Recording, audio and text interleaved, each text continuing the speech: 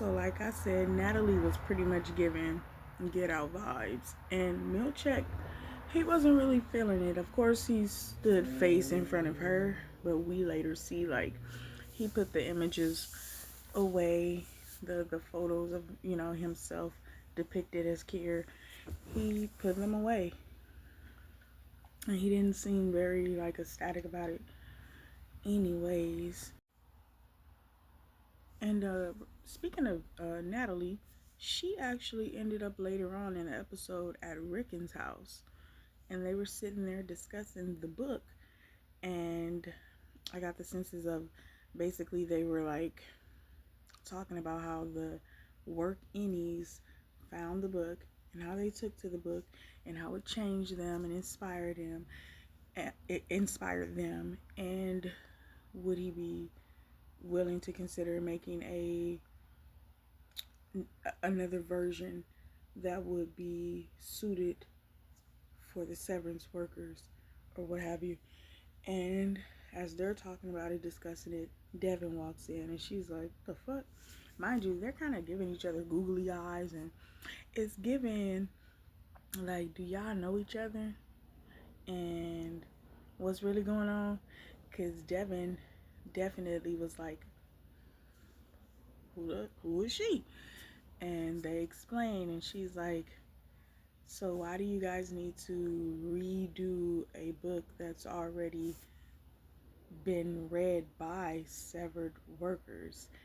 And it inspired them the way it was. Why do we need to redact anything or change anything, I guess you can say?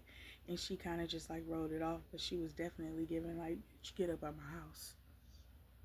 And later on in that scene, she leaves and she ends up at Mark's house, and they're in the basement and they're working on, I guess, him trying to be able to get messages to his any via watching something repeatedly, with numbers and things like that, and it being able to, I guess, get a message to himself. And I don't know what that's supposed to do, because like, even if he does get a message, how is the any gonna get the message back to him? So that was kind of just like, I don't know. But it also takes us to a later on scene where he's in his car sitting somewhere. There's like maybe a cabin, I guess you could call it. And he's sitting in the car and he's counting and he's looking at his watch and he's trying to get himself to, I guess, remember something or or repeatedly see something, so then that way his any will get the message to himself. And as he's doing that, he's startled by Regabi, the woman that initially put the chips in their heads, and apparently the only one who can take them out. Hence, I guess, the reintegration that happened in season one with this friend, and what she's trying to, I guess, get him to do, which later on in that scene he does agree to do it. And she lets him know, like, it can be risky and this, that, and other. But once he asked her, like, is my wife alive? And she kind of gave him a look, and then she was like, the last time I was there, she was alive. And bro, Mark, the way he got out that car, I could just imagine, like, you spend 2 years working someplace where your wife, who's supposed to be dead in the real world, works there as a wellness counselor, and you've interacted with her and have no memory of each other in the inside that would come on over to the outside. So it's just like, what? So like, they go inside, I guess where he was at, or maybe to her place. I don't know. It doesn't really show us that, but they end up with him strapped up to some stuff, wires coming in and out of his head, and a computer screen and this, that, and other. And it kind of looked like in like the opening credits, you see all those like the red wires, the blue wires, and things like that coming out of the anyway. So it starts giving like these flashes back and forth, and she's asking questions, like questions that the Any would know, questions that Mark would know.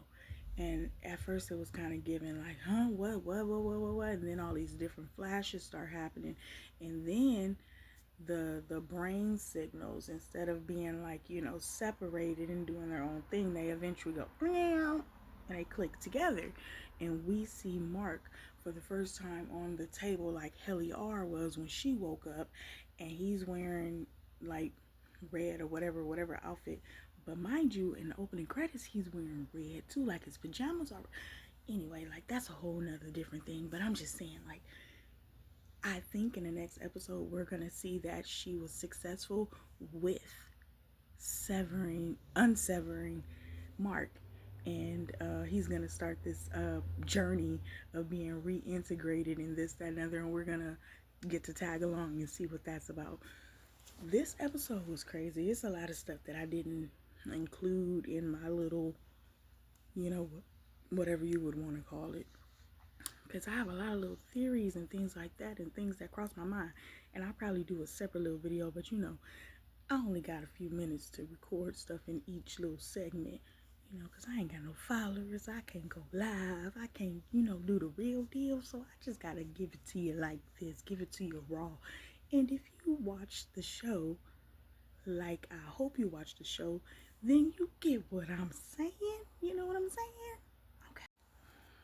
I hope you get what I'm saying, you know what I'm saying? But this episode was really a good episode. It gave us a lot. It gave us a lot on the inside, and it gave us a lot on the outside that I wasn't expecting to get. The episode just like kicked up, and it was just going nonstop. And I can't wait for next week to see what happens in the next episode. This season is gonna be really good. This season is really gonna.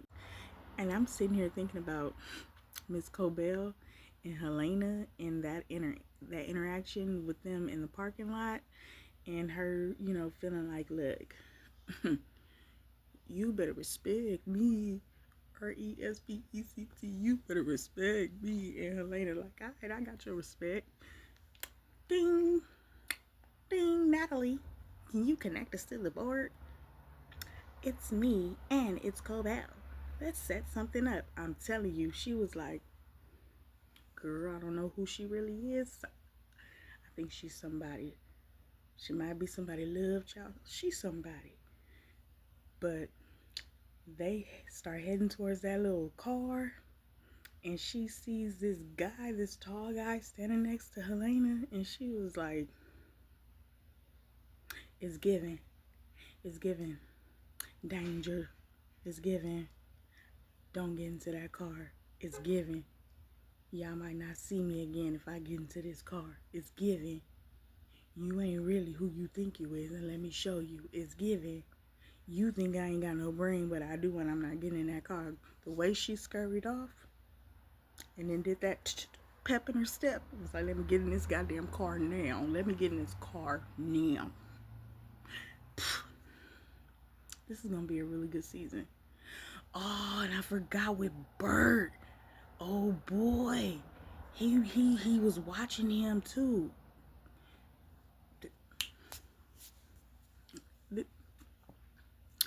And I am so just sad about my guy, and him not really being the guy, how he's the guy at work, but he's not the guy in real life, and how his wife, and just, Dylan, don't do this to us, Dylan.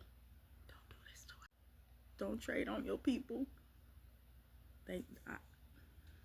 It's gonna be some stuff that happened between him and that wife. She gonna be like, it's like I'm falling in love all over again with the version of Dylan that I want to have in real life. Like this season is about to really be. This season is about to be.